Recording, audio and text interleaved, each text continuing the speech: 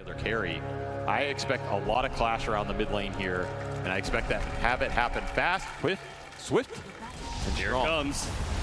Bounty runes out in the field. Immediately, Liquid are going to try and battle Gaming Gladiators, but it's going to be Insania who's looking close to dying first. Tofu, he barely managed to live long enough. Holds on so Quinn can claim that coveted first blood. And even Boxy, who does have the Shikuchi, yes, but they have the Bloodseeker. They see him, but they can't hit him, at least not yet.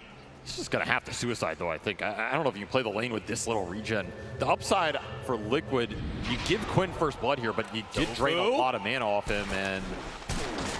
Okay, managed to dodge the dead shot, but again, still the vision from the Bloodseeker allows them to claim a second kill of the game. So not only did they get a 2-for-1 there, but they also managed to get the first blood, and they also walked away with damage onto the Necro. If he can keep that kind of pace, then he'll prevent the Necro from being able to get that regen, but it does become harder over time. They're going to jump on his eye here, hitting their level 2, while the Kunkka is still shy of that.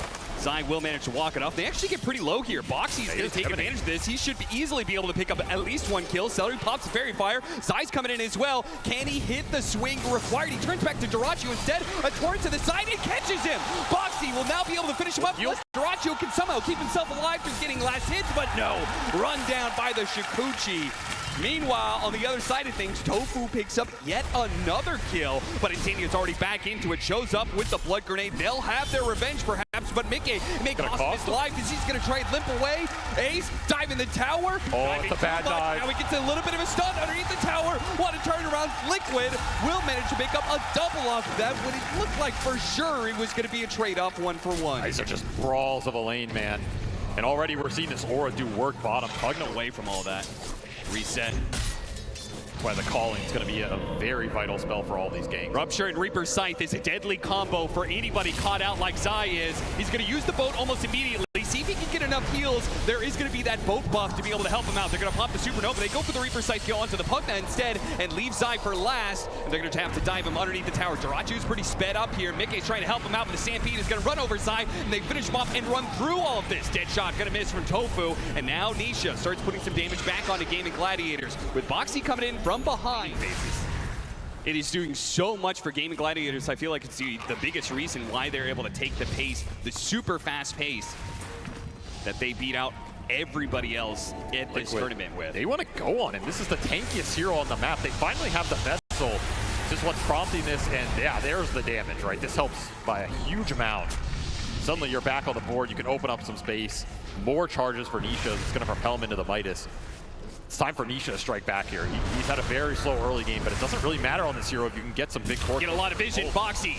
Swarm on 2. They have some magic damage to throw around. Tofu's going to have some problems with that. Yeah, he's gone. A couple Gemini will clean him up. Early medallion for Boxy, giving you some extra minus armor. And as you get those kills, that'll turn into a Solar Crest. If you can't get the initial burst damage out.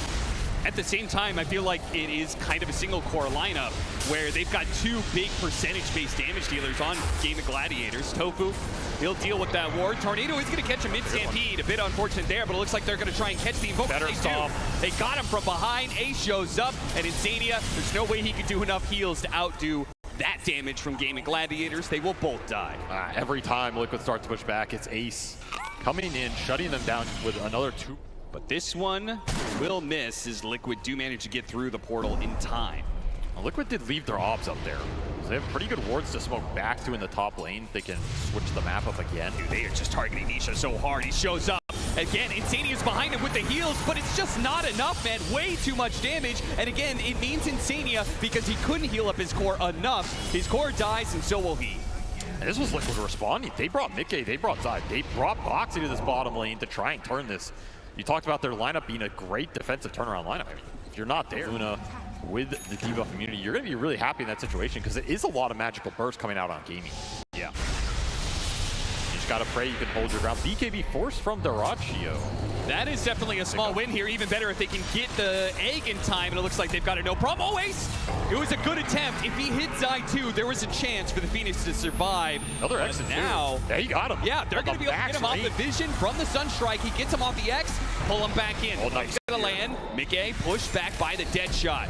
But Ace, he's going to be left alone. Gaming Gladiators cutting their losses, and I think it's a smart play.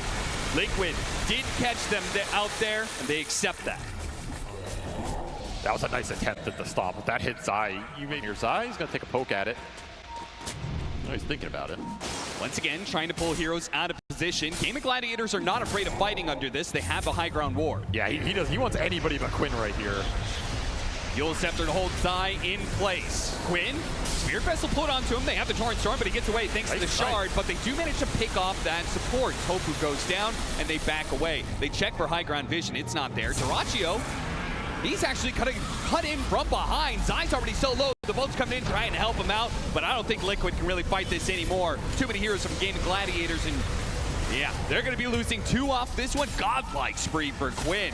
The man is just absolutely untouchable, and Dyrachyo, his aggression is paying off potentially here as he's going in so deep. Oh no, that's too much, Dyrachyo. They will maybe still catch Nisha. Yes, the Rupture holds him in place. Maybe he feels that's worth it. Maybe he's not the real carry. After all, Quinn is the one dictating the strength of Gaming Gladiators. It's going to be an egg Roshan contest now. This is pretty damn difficult because your opportunity to find supports on the backline and start on them is very limited around this pit. Celery deep in the corner. How do you get this guy out of here? What a torrent, though. All 3, that's beautiful, but immediately the BKB going up. They are doing a lot of damage. The Necrophos is getting low. Can they finish? Zai. Low, and is just cleaning up with the glades. And Celery dove on through the pit, but he missed the Aegis. He was barely outside of that range. Gaming Gladiators. They thought this Luna, you start putting some item upgrades in there like Lincoln's. That would help do a lot to protect against Quinn. He just jumps in so deep there. The Eclipse is going to be doing a lot of damage. The Meteor on top of that one, a quick full heal. Mickey aiming to finish off that tower. The Reaper sight's going to go off, but Mickey on his BKB, and Quinn is getting burned out here. They couldn't even get through the Aegis. And over 7 now, Dyrachyo thinks they're just diving after Mickey, but again, he has the extra life. Even if they succeeded in that, it was still a failed plan for Gaming Gladiators. Quinn to get out. Just start poking him down.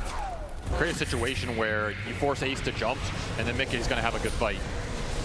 There it is. Pull him out of position. Hit him with the nullifier. See if they can get that BKB out of him, but Quinn doesn't hit the button.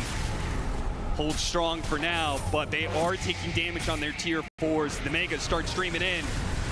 Nice Torrent into Cataclysm. A beautiful setup, and that's going to be Ace going down with no buyback. And Mickey sees his opportunity now to be able to hit the tier 4s. Gaming Gladiators back away. The throne is going to be exposed. Dyrachyo tries to come in, sliced and diced by the Glaives. No contest whatsoever. They can take down anybody they want on the side of Gaming Gladiators. Liquid will complete the comeback in style and take it at 43 minutes. And for as strong as that Necrophos looked for a lot of the